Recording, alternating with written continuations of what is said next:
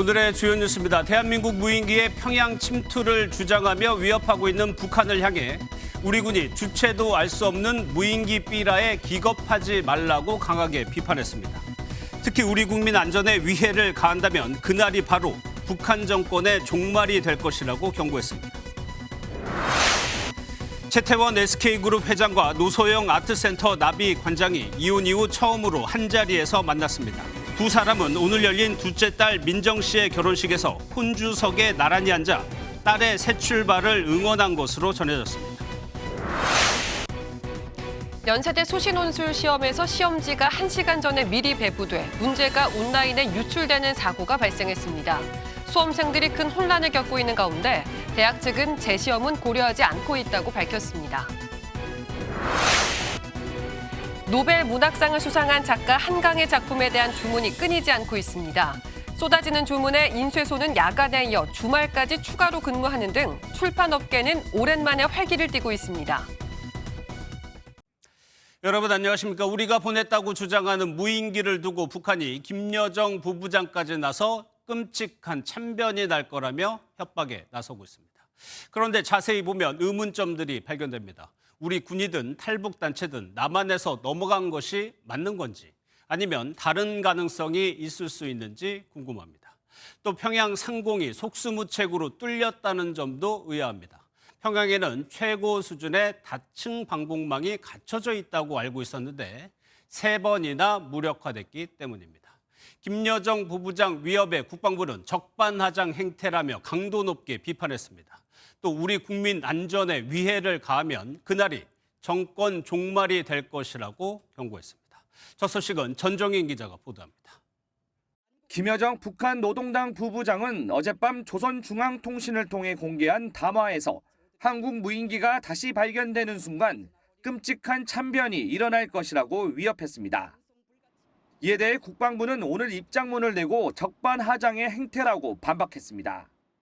끊임없이 도발을 자행하고 최근엔 저급하고 치졸한 오물쓰레기 풍선 부양을 해온 북한이 반성은커녕 우리 국민까지 겁박한다는 겁니다.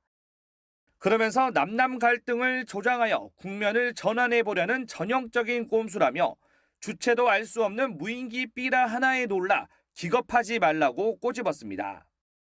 또 만약 우리 국민 안전에 위해를 가한다면 그날이 바로 북한 정권의 종말이 될 것이라고 강하게 경고했습니다. 신원식 대통령실 국가안보실장은 북한이 이례적으로 무인기 침투를 대대적으로 선전하는 것은 내부 통제용이라고 지적했습니다. 체제 위협을 확대를 시켜서 강조를 해서 내부 통제를 하는 데 더 이점이 있다고 판단한 거죠. 그만큼 북한 내부가 흔들린다는 방증을. 그러면서 신 실장은 북한의 주장을 확인해주는 자체가 북한이 원하는 대로 우리 내부 갈등을 야기할 것이라며 무시가 최고의 정답이라고 강조했습니다. MBN 뉴스 전정인입니다. 국방부는 보신 대로 삐라 하나에 기겁하지 말라고 했죠. 전단지에 어떤 내용이 담겼는지 궁금합니다. 북한이 흐릿하게 처리해 공개한 전단지를 자세히 살펴보면 김정은 체제에 대한 비판이 담겼습니다. 자기 배 불리기에 여념없는 김정은이란 표현이 담겼습니다. 이어서 안보란 기자입니다. 북한이 남측 무인기가 뿌렸다고 주장하며 공개한 사진입니다. 전단 묶음으로 내용을 알아볼 수 없도록 뿌옇게 처리했는데 자세히 보면 맨 위에 자기 배 불리기에 여념없는 김정은이란 글자가 보입니다. 그 아래 사진엔 북한 김정은 위원장과 딸 주혜의 모습이 담겼는데 각각 시계와 옷을 동그랗게 확대했습니다. 실루엣만 보면 2022년 3월 화성 17형 대륙간 탄도미사일 시험 발사 참관 당시 김 위원장의 모습. 지난해 4월 북한이 공개한 김주혜와 각각 닮았습니다. 시계는 1,500만 원, 패딩은 250만 원에 달해 북한 인민들의 어려움과는 거리가 있는 김정은 일가의 명품 사랑을 담은 겁니다. 쌀과 옥수수로 남측과 북측 사이 소득 격차를 비교하며 지옥으로 떨어지고 있는 북조선의 경제 상황이라고 표현하기도 했습니다. 남측의 소행이라는 걸 주장하기 위해 이례적으로 김정은 일가에 대한 신랄한 비판을 공개하면서도 북한 내부 반발을 우려해 흐릿하게 처리한 걸로 풀이됩니다. MBN 뉴스 안보라입니다. 무인기를 누가 보냈는지도 따져보겠습니다. 북한 주장대로 일단 군이든 민간이든 우리 측에서 보냈을 가능성이 있습니다. 실제 정보사에서 무인기를 보낸 적이 있었습니다. 일각에서는 또 북한의 자작극이라는 추측도 나오고 있습니다. 이 내용은 김태희 기자가 보도합니다. 군 당국은 평양에 무인기를 침투시켰다는 북한 주장이 나온 직후 그런 사실이 없다고 밝혔습니다. 그런 적이 없기 때문에 저희들이 상황을 지금 아직까지 상황을 지금 파악을 못 해가지고 확인해 보겠습니다. 이후 사실 여부를 확인해 줄 수 없다고 입장을 선회하면서 북한 내부에서 할 수도 있다는 등 북한 자작극의 가능성도 내비쳤습니다. 다만 전문가들은 북한이 자작극을 펼쳐 영공 방어에 실패했다는 사실을 대대적으로 알리기엔 부담이 크다고 지적합니다. 민간단체에서 무인기를 날렸을 가능성도 있습니다. 이미 무인기가 상용화되어 있기 때문에 시간과 비용을 들인다면 불가능한 일이 아니라는 겁니다. 전문가들은 서해 쪽으로 우회해 띄우면 북한 당국의 레이더에 걸리지 않고 갈 수 있다고 주장합니다. 드론은 굉장히 낮게 침투할 수 있다는 것이고 기체 자체가 굉장히 작기 때문에 또 레이더 같은 거에 잘 나타나지 않죠. 대북 심리전을 담당하는 정보사에서 무인기를 띄웠을 수 있다는 주장도 나옵니다.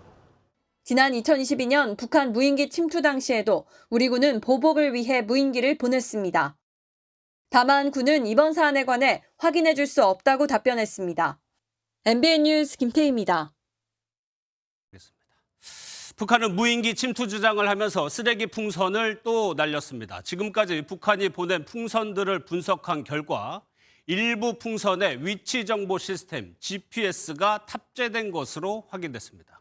이걸 통해 북한이 원하는 지점에 풍선을 폭발시킬 가능성이 있는지 우리 군이 촉각을 곤두세우고 있습니다. 박통일 기자입니다. 북한은 올해에만 28차례에 걸쳐 남쪽으로 쓰레기 풍선을 날렸습니다. 지난 5월부터 5개월간 날린 풍선의 개수만 6,000개가 넘는 것으로 파악됩니다. 군은 지금까지 수거한 쓰레기 풍선 일부에서 GPS 장치가 탑재된 것을 확인했습니다. 여기서 얻은 이동 경로 등을 토대로 북한이 경험과 자료 등을 축적해 나가는 것으로 군은 보고 있습니다. 군이 파악한 쓰레기 풍선의 작동 원리는 타이머를 이용해 특정 시간 낙하물 봉지를 태우는 방식입니다. GPS 정보를 활용할 경우 원하는 지점을 겨냥해 낙하물을 터뜨릴 가능성에 대해서도 군은 들여다보고 있습니다. 전시 상황이나 유사시 생화학전에 사용될 수 있는 만큼 쓰레기 풍선 살포가 단순 도발을 넘어 새로운 국면으로 이어질 수 있는 겁니다. 사람이 있고 쓰레기에 피해를 볼 수 있는 지역으로 나름대로 이제 표적화시켜서 떨어뜨리는 것이 어느 정도는 가능하다. 쓰레기 풍선의 효율성, 효과성을 좀 더 높이는 측면에서 지름 2m, 길이 3m가 넘는 풍선 한 개를 날려보내는데 약 10만 원의 비용이 들 것으로 추정됩니다. 북한이 풍선 제작에 쓴 6억여 원은 북한 시세로 쌀 1,000여 톤에 해당하는 액수입니다. MBN 뉴스 박통일입니다. 무인기 정체와 파장을 좀 더 깊게 살펴보도록 하겠습니다. 외교안보팀 강제목 기자 나와 있습니다. 어서 오세요. 예. 북한의 이 무인기 침투 주장을 북한 내부적으로 어떻게 활용하느냐를 보면 우리에 대한 적개심을 고취하는 데 사용하고 있어요. 맞습니다. 오늘 김여정 부부장의 담화가 담긴 말씀하신 노동신문은 북한 내 일반 주민들을 대상으로 하는 기관지입니다. 어제도 노동신문 일면에 무인기 침투 주장 관련 성명과 사진을 올린 것이 대단히 이례적이란 평가를 받았었는데요. 오늘도 일면 보도를 이어가며 대남 적개심 고취에 연일 힘을 쏟고 있는 모습입니다. 두 개 적대 국가에 대한 대남 적개심 또 그걸 통해 가지고 그 체제 결속이 있겠다는 그런 전략적 의도가 모두 담겨 있는 것이 아니겠느냐. 앞서 잠깐 언급되긴 했는데 이 무인기가요 북한 내부의 자작극이거나 아니면은 뭐 불만을 가진 세력의 소행이다. 이 가능성을 어떻게 봐야 돼요? 맞습니다. 보낸 사람은 없는데 받은 사람만 있다고 하는 상황이다 보니 여러 추측이 이어지고 있는 건데요. 전문가들은 우선 반체제 세력의 소행일 가능성에 대해서는 낮게 보고 있습니다. 대북 제재 등 환경 속에서 무인기와 같은 장비가 내부 별도 집단으로 흘러들어갔을 확률은 매우 희박하다는 설명입니다. 이른바 자작극일 가능성에 대해서도 리포트에서도 보셨듯 평양 방어 실패라는 리스크까지 감수하기는 어려웠을 것이란 분석이 주를 이루고 있습니다. 또한 북한이 없는 일을 꾸미면서까지 창작 수준의 조작을 하는 경우는 극히 드물었다는 점에서도 자작극설에는 신중해야 한다는 의견이 나오고 있습니다. 이 때문에 우리 군 무인기일 가능성과 민간 무인기가 북으로 갔을 가능성 등에 약간이나마 무게가 실리고 있는 중입니다. 또 하나요. 북한이 3차례 침투했다고 주장을 했습니다. 그런데 마지막 시점하고 이를 공개한 시점하고 좀 시차가 있단 말이에요. 왜 늦게 공개를 한 걸까요? 두 가지 이유로 나눠볼 수 있습니다. 첫째는 무인기가 실제 했다면 이를 분석하는 데 시간이 필요했을 것이고요. 또 그 사실을 공표할지 말지에 대한 논의가 있었을 것이란 해석입니다. 노동당 본부청사에서 중구역이 뚫렸잖아요. 공개할 경우 데미지가 있을 거 아니에요. 그러니까 분석 평가하고 전략적으로 판단하는 데 시간이 걸린 거죠. 우리 국방부는 주체도 확인하지 못한 북한이 평양 상공이 뚫린 것을 두고 참변이라고 하는 것은 독재 정권이 느끼는 불안감에서 비롯됐다고 비판하기도 했습니다. 일종의 전략적 모호성을 양측이 서로 유지하면서 팽팽하게 대립하고 있는 양상입니다. 알겠습니다. 잘 들었습니다. 강재무 기자였습니다. 최태원 SK그룹 회장과 노소영 아트센터 나비관장이 법정이 아닌 결혼식장에서 만났습니다. 둘째 딸 민정 씨의 결혼식에서 나란히 혼주석에 앉은 건데요. 비공개로 진행된 오늘 결혼식에는 재계 총수들의 발걸음도 이어졌습니다. 정혜린 기자입니다. 최태원 SK그룹 회장과 노소영 아트센터 나비관장의 둘째 딸 민정 씨의 결혼식이 열린 호텔입니다. 세간의 이목이 쏠린 예식인 만큼 식장으로 향하는 길이 제한되고 곳곳에 가림막이 설치됐습니다. 이번 결혼식은 식장으로 들어가는 도로 초입부터 초청장 검사를 실시하는 등 철저한 보안 속에 진행됐습니다. 회장님이나 관장님은 이미 오전 일찍 들어가셔서 저희도 확인할 수가 없습니다. 예식은 통유리로 한강이 보이는 식장에서 3시간 동안 진행됐습니다. 최 회장의 사위 케빈 황 씨는 중국계 미국인으로 미 해병대 예비군 장교로 복무 중입니다. 신랑 신부는 미국 워싱턴 DC에서 이웃 주민으로 만나 군이라는 공통점을 통해 가까워진 것으로 전해졌습니다. 한편 최 회장과 노 관장은 이혼 후 처음으로 한자리에 앉았습니다. 남남이 된 두 사람은 나란히 하객을 맞고 혼주석에 앉아 딸의 새로운 출발을 응원한 것으로 전해졌습니다. 예식에는 일가 친척뿐만 아니라 재계 맏형인 최 회장과 친분이 두터운 재계 인사도 총출동했습니다. 이재용 삼성전자 회장을 비롯해 구광모 LG 회장, 이재현 CJ 회장 등이 차례로 모습을 보였습니다. 최 회장과 노 관장의 법적 다툼은 마무리되지 않았지만 딸의 결혼식에서는 한마음으로 축하하는 모습을 보인 것으로 전해졌습니다. MBN 뉴스 정예린입니다. 대전에서 만취한 30대 운전자가 택시를 들이받는 사고를 냈습니다. 통영 앞바다에서 실종된 스쿠버 다이버 2명을 찾는 수색 작업은 오늘도 이어졌지만 아직 찾지 못했습니다. 휴일 사건 사고 소식 심우영 기자입니다. 승용차 앞 측면이 부서졌고 뒤에서 받친 택시는 뒷부분 일부가 떨어져 나갔습니다. 오늘 오전 1시쯤 대전 유성구에서 30대 남성이 몰던 승용차가 택시를 들이받았습니다. 택시 기사와 승객 등 2명이 다쳤는데 사고를 낸 운전자는 만취 상태였습니다. 여러 시선 수치예요. 택시 기사하고 손님이 타고 있긴 했었는데 병원 후송할 정도는 아니셨대요. 옆으로 넘어진 SUV로 견인차가 바짝 다가가더니 차에 갇힌 60대 부부를 차례로 구조합니다. 어제 오후 3시 30분쯤 서해안 고속도로 당진나들목 인근에서 SUV 차량이 정체를 피하려다 전복됐습니다. 사고로 SUV 차량에 탄 2명이 빠져나오지 못하자 견인차 기사들이 힘을 모아 이들을 무사히 구조했습니다. 어제 정오쯤 통영 욕지도 인근 바다에서 레저 활동을 하던 50대 남녀 다이버 2명이 실종됐습니다. 해경은 경비함과 헬기를 동원해 이틀째 수색을 벌였지만 실종자들을 발견하지 못했습니다. 해상에서 스쿠버 하시다가 2분이 안 올라오신 거예요. 수중 수색도 하고 해상 수색도 하고 있습니다. 어제 오후 5시 50분쯤 경기 수원의 한 8층 건물 1층 주점에서 불이 나 2시간 만에 꺼졌습니다.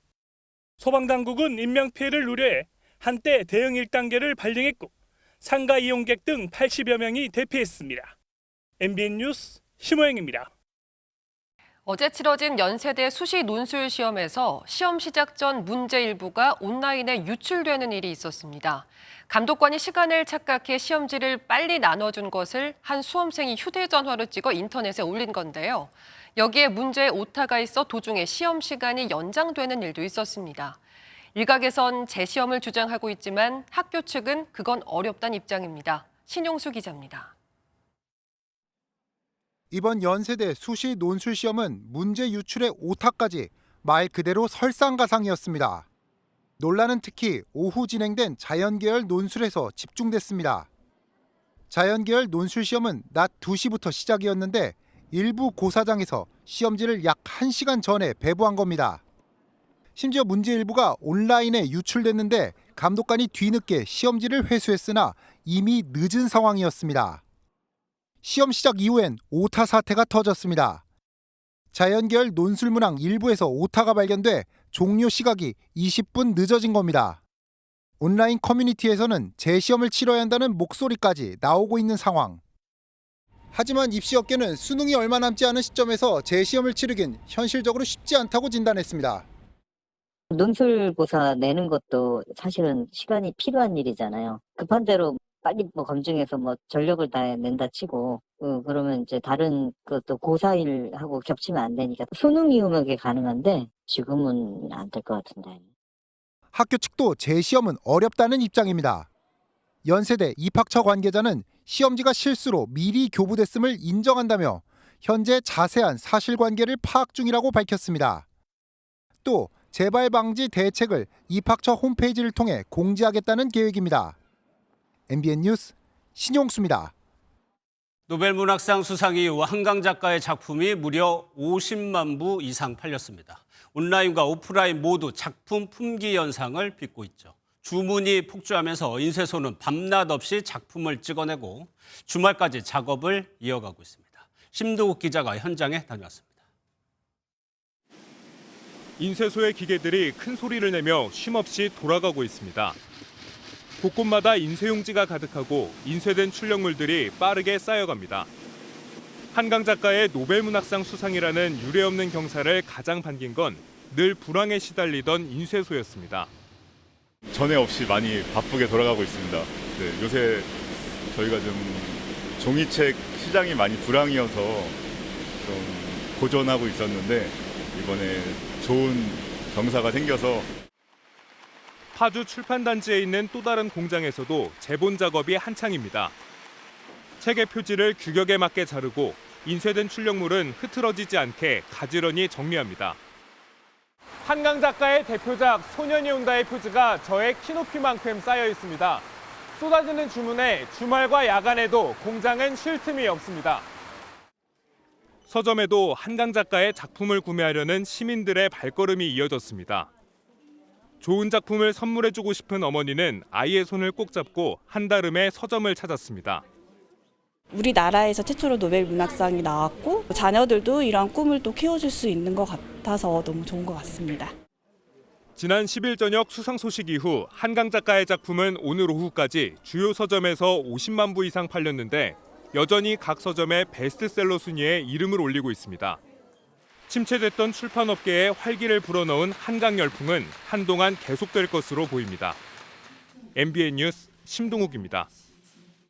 한강 작가에 대한 궁금증이 아직도 많습니다. 더 살펴보겠습니다. 김문영 기자 나와 있습니다. 어서 오세요. 예, 김 기자 먼저 이 초상화 한번 볼게요. 노벨위원회 홈페이지에 있던 초상화인데 이 초상화 누가 그렸냐도 궁금합니다.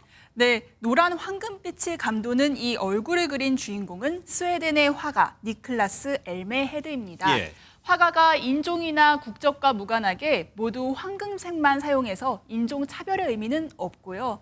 노벨상 수상자 발표 공식 색상이 금색으로 정해져 얇은 금박을 붙여서 제작한다고 합니다. 예, 그런데 이 초상화가 발표 때 공개가 되려면 미리 이 소식을 알았겠네요. 네, 그렇습니다. 노벨상 수상 소식을 미리 아는 정말 몇 안 되는 인물입니다. 그러네요. 노벨위원회의 예술감독으로 일하던 엘메 헤드는 10년 전인 2014년부터 저화질 사진을 대체하기 위해 공식 초상화가로 일을 시작해왔는데요. 수상 소식을 들으면 꽤 빨리 그림을 그려서 몇 시간 안에 초상화를 완성한다고 합니다. 예, 한강 작가가 수상 소식을 아들과 함께 있다가 들었다고 했는데 애초에 아이를 가질 생각이 없었다면서요? 네, 그렇습니다. 아이를 낳으려는 걸 좀 고민을 했었다고 하더라고요. 예. 아이 안 낳으려던 한강 작가를 설득한 말이라는 글들이 SNS에 올라오고 있습니다. 작가가 아들과 저녁밥을 먹던 중 소상 소식을 접했다는 이야기가 전해지자 자녀 계획이 없던 한강이 남편의 말에 마음을 바꾸고 아이를 낳기로 한 일화가 재조명되고 있는 건데요. 예, 그러면 남편이 뭐라고 했길래 생각을 바꿨을까요? 네, 자전소설 침묵 속의 문구를 보시면 그 예. 답이 있습니다. 결혼 2년 차의 한강 작가가 못다 이룬 꿈을 자식의 인생에 이르러 성취하겠다는 식의 소유욕의 염증을 느끼고 있었고 또 현실이 잔혹한데 고민 없이 아이를 낳는 일도 무책임하다고 느꼈다고 합니다. 그렇지만 문학평론가인 남편이 세상은 살아갈 만도 하잖아 라면서 여름엔 수박도 달고 그런 거 다 맛보게 해주고 싶지 않아? 라고 말을 하자 여름 수박이 달다는 진실도 부정할 수가 없어서 웃게 됐고 출산을 결심했다는 일화입니다. 예, 앞서 봤지만 한강 작가의 작품이 워낙 인기가 많다 보니까 혹시 최신작이나 미공개작 없나요? 네, 한강은 시로 먼저 등단한 시인이기도 하죠. 최신작도 소설이 아닌 시인데요.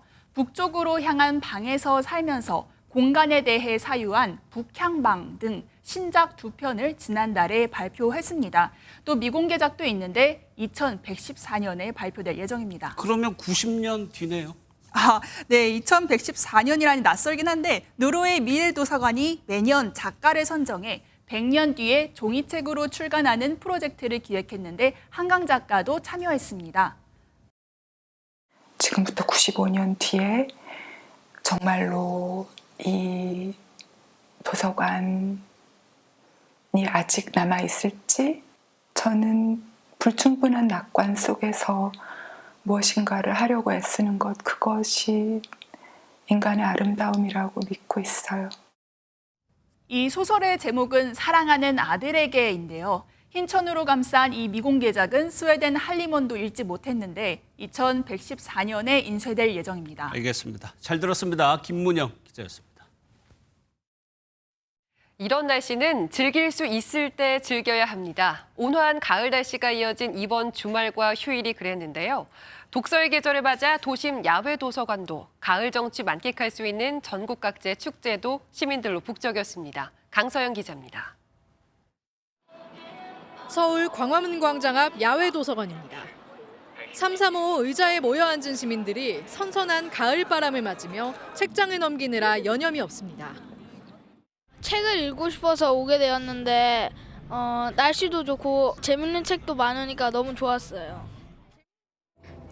야외 도서관에는 아동 도서부터 문학상 수상자까지 준비돼 주말 휴일을 더 풍요롭게 했습니다. 포도의 고장 경북 영천에서는 가을 분위기와 걸맞은 와인 축제가 열려 전국에서 방문객들이 모여들었습니다. 영천에서 생산된 포도로 만든 와인을 맛보며 방문객들은 와인은 물론 가을 정취에도 흠뻑 취했습니다. 오늘 날씨도 너무 좋고요. 영천의 와인이 원래 유명하잖아요. 그래서 오늘 맛있는 와인이랑 한우랑 즐길 수 있어서 너무 좋습니다. 가을 꽃인 구절초가 정원 언덕 전체를 흐드러지게 뒤덮었습니다. 오늘까지 구절초 축제가 열린 전북 정읍에서는 방문객들 사이로 앙증맞은 꽃망울들이 가을의 아름다움을 뽐냈습니다. MBN 뉴스 강서영입니다. 해리스 부통령이 트럼프 전 대통령의 인지 능력이 지도자에 걸맞지 않다고 직격했습니다. 고령 이슈의 공수가 바뀐 건데요. 트럼프는 민주당의 텃밭 캘리포니아에서 이민자 문제를 부각하는 한편 부족한 선거자금 모금에 애를 쓰는 모습입니다. 이교욱 기자입니다. 바이든 대통령 고령 논란을 부추겨온 트럼프가 이제 같은 공격을 방어해야 하는 입장이 됐습니다. 19살 어린 해리스가 자신의 양호한 건강검진 결과를 공개하며 트럼프의 인지 능력을 문제 삼았기 때문입니다.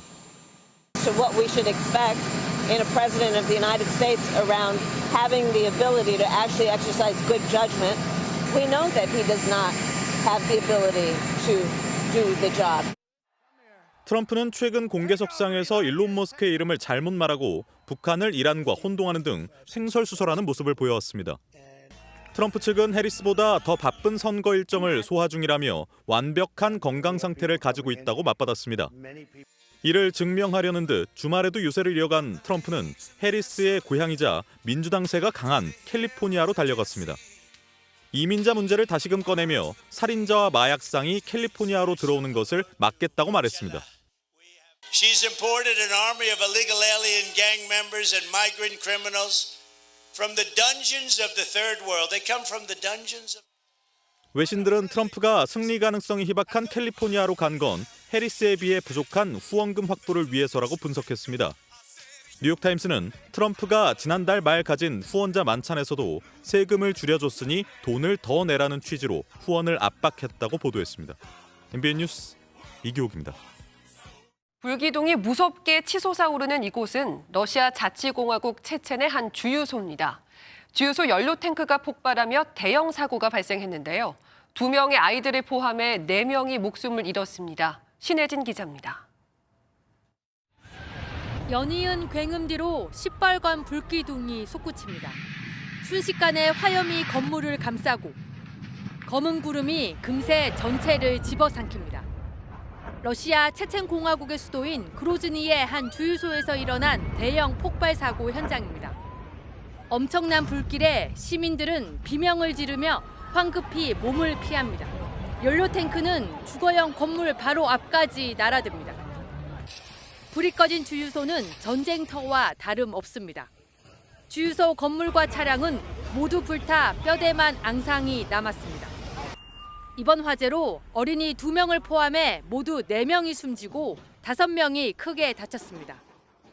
현지 언론들은 연료 탱크에서 먼저 불이 난 것에 주목하고 있습니다. По предварительной версии, причиной взрыва стало нарушение техники безопасности при перекачке топлива.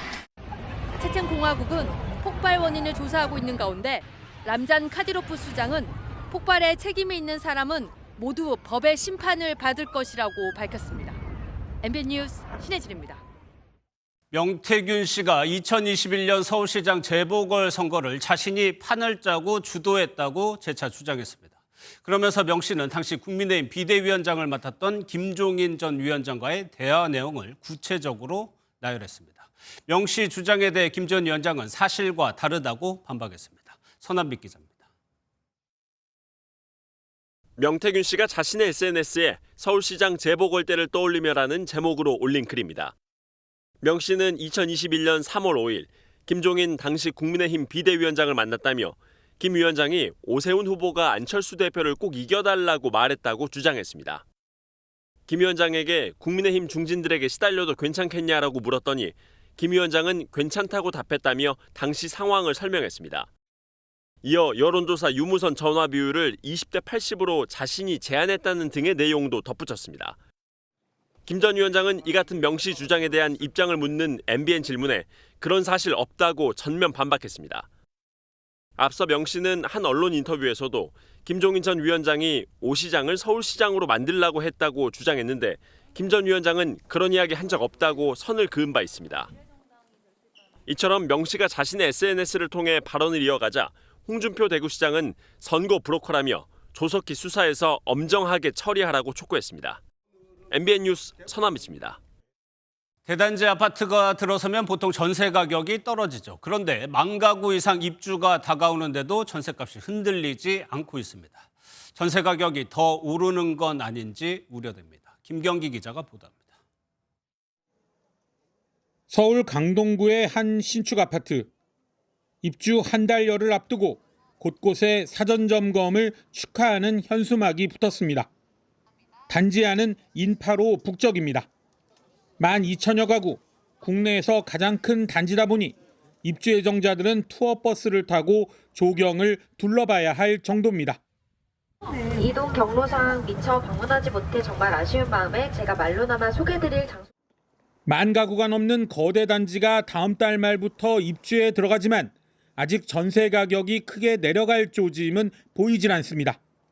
입주 지정 기간이 내년 3월까지로 넉넉한 데다 서울에 올해 이 아파트를 제외하곤 이런 대단지 입주가 드물었기 때문입니다.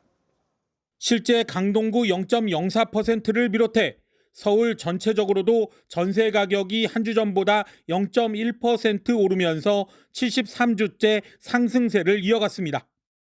전문가들은 겨울방학 이사 수요의 금리 인하 효과까지 겹치면 전세 가격이 다시 뛸 수 있다고 우려합니다. 최근에 기준금리가 인하되면서 전세 관련한 대출금리가 낮아질 수 있는 데다 평년에 비해 매물량이 많지는 않습니다. 다만 내년에는 서울 아파트 입주 물량 중 재건축, 재개발만 3만 가구를 넘을 전망이어서 역전세를 대비해야 한다는 관측도 있습니다. MBN 뉴스 김경입니다. 길어지는 의료 대란에 이젠 병원이 위태롭습니다. 모든 국립대병원이 올해 상반기 적자로 돌아섰고 손실액만 무려 4천억 원이 넘는 걸로 파악됐습니다. 특히 지역 병원이 쓰러지면 환자들은 정말 갈 곳이 없습니다. 안병수 기자입니다. 의료 대란이 9개월 차로 접어들었지만 수술 일정을 잡지 못해 혼란스러운 분위기는 여전합니다. 사람이 많이 오는 환자가 많이 오실 약간 밀렸어. 수술 날짜가 너무 오래 잡혀서 엄청 고생 많이 했죠. 빨리 잡혔으면 이 정도로 안 왔을 텐데 지금 감염까지 돼가지고. 의사가 없어 수술을 잡지 못하자 병원도 붕괴 위기입니다. 국립대병원의 상반기 적자 규모를 전수조사해보니 지난해 2배를 넘는 4천억 원에 이르는 것으로 나타났습니다. 지난해 10곳 중 6곳만 적자였지만 올해는 모든 병원으로 확대됐는데 많게는 1,600억 원의 손해를 봤습니다. 올해 주요 암수술 건수가 이전 80% 수준으로 떨어지는 등 활기를 잃자 병원에도 타격이 큰 겁니다. 이들은 경영 위기를 호소하며 재정 지원을 요청했습니다. 서울대병원은 대규모 마이너스 자금 운용이 불가피하다고 호소했고 전남대병원은 출연금 국고 지원 비율을 상향해달라고 밝혔습니다. 국립대병원은 지방의료의 최후의 보루입니다. 병역난을 정부가 직접 개입해서 해결하지 않으면 이런 현상은 더욱더 가속화될 것으로 보입니다. 병원발 의료 붕괴가 현실이 되지 않도록 정부와 의료계의 전향적 자세를 요구하는 목소리가 커지고 있습니다. MBN 뉴스 안병수입니다. 새로운 가족을 맞이하는 임신은 기쁜 일이지만 산모들은 겪어보지 못한 여러 변화에 당황하고 또 불안감을 느끼기도 합니다. 이럴 때 선배 산모들은 어떻게 마음을 다스렸을까요? 강세연 기자가 그 이야기를 들어봤습니다. 이은옥 씨는 최근 쌍둥이 남매를 출산했습니다. 시험관 시술까지 받고 찾아온 소중한 아이들이었지만 임신 사실을 알았을 때 기쁨과 함께 막막함도 느껴졌습니다.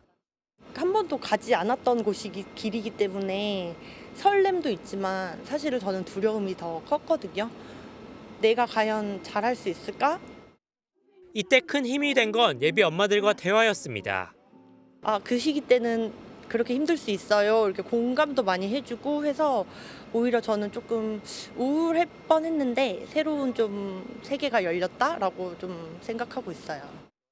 이제는 선배 산모로서 힘을 전해주고자 산후조리 기간에도 출산을 앞둔 예비 엄마를 만나는 행사에 참여했습니다.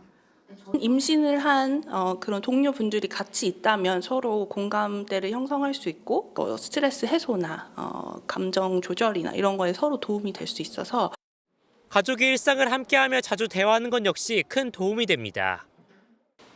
초음파 같이 와서 보는 게 너무 신기했고 심장 소리도 같이 들으니까 너무 좋은 것 같더라고요.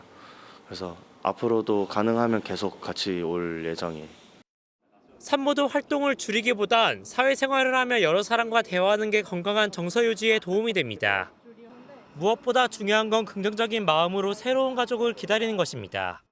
처음 출산했을 때 아기를 제 볼에 대주셨거든요. 그 온기를 저는 생각만 해도 지금도 눈물이 날 것 같고 제가 그동안 왜 걱정했지, 두려워했지라는 생각이 되게 들었거든요. 그래서 아마 지금 걱정하시는 분들도 많을 것 같은데 다 잘할 수 있다라고 얘기를 좀 드리고 싶어요.